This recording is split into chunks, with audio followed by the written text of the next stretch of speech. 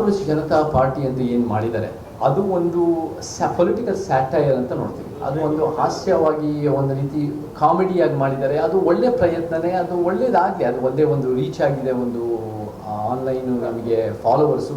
But online ಫಾಲೋವರ್ಸಿಂದ ನೀವು ಅಧಿಕಾರಕ್ಕೆ ಬರೋಕ್ಕಾಗಲ್ಲ. ನೀವು ಏನು ಮಾಡಬೇಕು, ಜನರ ನಡುವೆ ಕೆಲಸ ಮಾಡಬೇಕು, ಜನರ ಮಧ್ಯೆ ಅವರು ಒಳ್ಳೆ ಜೀವನಕ್ಕೆ ಒಳ್ಳೇದು ಮಾಡೋಕ್ಕೆ ಒಂದು ರೀತಿ ಆ ದಿಕ್ಕಿನಲ್ಲಿ ಹೋಗಬೇಕು. ನೋಡಿ, ಸೋಷಿಯಲ್ ಮೀಡಿಯಾ ಬಂದಿರೋದು 40 ವರ್ಷದಿಂದ ಅಂತ ನಾವು ಒಂದು ಗಟ್ಟಿಯಾದ ಕಾಕ್ರೋಚಸ್ ಅನ್ನೋದು ಒಳ್ಳೆ ಒಂದು ಪರಿಕಲ್ಪನೆ. ಇವತ್ತು ಭಾಳ ರೆಸಿಲಿಯೆಂಟು ಫೈಟಿಂಗ್ ಸ್ಪಿರಿಟ್ ಇರೋ ಪ್ರಾಣಿ. ಅದು ಒಂದು ರೀತಿ ಇಡೀ ಒಂದು ಫೈಟಿಂಗ್ ಸ್ಪಿರಿಟ್ ಇರೋ ಪ್ರಾಣಿ. ಡೈನೋಸಾರ್ಸ್ಗಿಂತ ಹಳೆಯದು, 300 ಮಿಲಿಯನ್ ಇಯರ್ಸಿಂದ ಕಾಕ್ರೋಚಸ್ ಇದ್ದಾವೆ. ಕಾಕ್ರೋಚಸ್ ಅನ್ನೋದು ಭಾಳ ಗಟ್ಟಿಯಾಗಿ ಅದು ಒಂದು ರೀತಿ ಫೈಟ್ ಮಾಡ್ತಾರೆ. ಅದೇ ರೀತಿ ನಾವು ಕೂಡ ಒಂದು ಫೈಟಿಂಗ್ ಸ್ಪಿರಿಟ್ನಲ್ಲಿ ಫೈಟ್ ಮಾಡೋಣ. ಬಟ್ ನಮಗೆ ಕರ್ನಾಟಕಕ್ಕೆ ಒಂದು ಸಮಾಜ ಸಿದ್ಧಾಂತದ ಮೂವ್ಮೆಂಟ್ ಬೇಕು. ಅದು ಡೆಮಾಕ್ರಸಿನಲ್ಲಿ ಭಾಳ ಒಳ್ಳೆಯದು.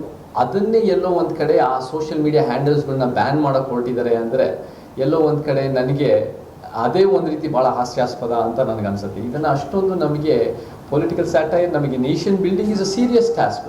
ಬಟ್ ಅದರ ನಡುವೆ ಒಂದು ರೀತಿ ಅಭಿವ್ಯಕ್ತಿ ಸ್ವಾತಂತ್ರ್ಯ ಇರಬೇಕು, ಒಂದು ರೀತಿ ಸ್ಯಾಟೈರ್ ಮಾಡೋಕ್ಕೆ, ಜೋಕ್ ಮಾಡೋಕ್ಕೆ ಅವಕಾಶಗಳಿರಬೇಕು.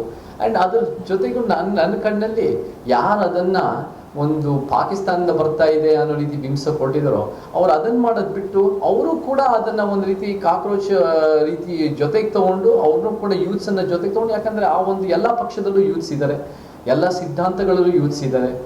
ಸೊ ಅವರು ಕೂಡ ಅದನ್ನು ಒಂದು ರೀತಿ ಅದನ್ನು ನೆಗೆಟಿವ್ ಆಗಿ ಪೋರ್ಟ್ರೇ ಮಾಡೋಕ್ಕಿಂತ ಅದು ಕೂಡ ನಾವು ಕೂಡ ಒಂದು ರೀತಿ ಬೇರೆ ಪಕ್ಷಗಳಿಗೆ ಅದನ್ನು ಬಳಸ್ಕೊಂಡು ಅದನ್ನು ಒಂದು ರೀತಿ ಅವರ ಒಂದು ಬೆನಿಫಿಟ್ಗಾಗಿ ಯೂಸ್ ಮಾಡ್ಕೋಬೋದು. ಜೈಲ್ ಅನ್ನೋದು ಕೂಡ ಭಾಳ ಒಂದು ಇಟ್ ಇಸ್ ನಾಟ್ ಈಸಿ. ಅಲ್ಲೂ ಒಂದು ಕಷ್ಟ ಆಗುತ್ತೆ, ಅಲ್ಲೂ ಕೂಡ ಒಂದು ಮೆಂಟಲಿ ಫಿಸಿಕಲಿ ಬೇರೆ ಬೇರೆ ರೀತಿ ಕಷ್ಟಗಳು ಆಗುತ್ತೆ. ನಮಗೆ ಇದೇನು ಕಾಣಿಸುತ್ತೆ ಅಂದರೆ ಇತ್ತೀಚೆಗೆ ನಾನು ಕೆಲವು ಲಾಯರ್ಗಳ ಹತ್ರ ಕೇಳೋದಾದ್ಮೇಲೆ there is a light at the end of the tunnel for Darshan ಅಂತ ಗೊತ್ತಾಗಿದೆ. ಅಂದರೆ ಒಂದು ಟೈಮ್ ಲೈನ್ ಅನ್ನೋದು ಸಿಕ್ಕಿದೆ. ಅವರು ಕೂಡ ಒಂದು ವರ್ಷದಲ್ಲಿ ಅವರು ಕೂಡ ಹೊರಗೆ ಬರ್ಬೋದು ಅನ್ನೋ ರೀತಿಯಲ್ಲಿ ಅಥವಾ ಒಂದು ಟೈಮ್ ಲೈನ್ ಅನ್ನೋದು ಕೊಟ್ಟಿದ್ದಾರೆ ಅಂತ ಕಾಣ್ತಾ ಇದೆ. ಆ light at the end of the tunnel ಅನ್ನೋದು ಒಳ್ಳೆಯದೇ. It must not be oncoming train ಆಗಬಾರ್ದು, but it must be a clear light and escape. ಅದು ಆಚೆ ಬರೋಂಗೆ ಒಂದು ಅವಕಾಶ ಇರಬೇಕು. ಸೊ ಆ ದಿಕ್ಕಿನಲ್ಲಿ ಆದರೆ ಅವರು ಕೂಡ ಅವರ ಒಂದು ರೀತಿ ಏನೋ ತಪ್ಪಿದ್ದರೆ ಆ ತಪ್ಪನ್ನು ತಿದ್ದುಕೊಂಡು ಒಂದು ಉತ್ತಮ ಮನುಷ್ಯನಾಗಿ ಬಂದರೆ ಮತ್ತು ಸಿನಿಮಾ ರಂಗಕ್ಕೆ ಅವ್ರ ರೀತಿಯಲ್ಲಿ ವಾಪಸ್ ಕೊಡುಗೆ ಕೊಡೋಕ್ಕಾದರೆ ಅದು ನಮ್ಮೆಲ್ಲರಿಗೂ ಅದಕ್ಕೆ ಅದು ಒಳ್ಳೆಯದೇ. ಬಟ್ ಸಂಬಂಧಪಟ್ಟಂಗೆ ಒಂದು ಇಟ್ಸ್ ಅ ಗವರ್ಮೆಂಟ್ ಪಾಲಿಸಿಗೆ ಸಂಬಂಧಪಟ್ಟಂಗೆ ನಾನು ಪ್ರಸ್ತಾಪ ಮಾಡಿದ್ದು. ಅದು ಕೂಡ ಒಂದು 3 ಲೈನಿನ ಪೋಸ್ಟಲ್ಲಿ ಸಂಬಂಧಪಟ್ಟಂಗೆ ನಾನು ಬರೆದಿದ್ದು. ನಾವೆಲ್ಲರೂ ಕೂಡ ಅದು ಕರ್ನಾಟಕದ ನಾವೆಲ್ಲರೂ ಕೂಡ ರಾಜ್ಕುಮಾರ್ ಅಭಿಮಾನಿಗಳೇ. ಅವರ ಕಲಾ ಸೇವೆ ಅಪಾರ.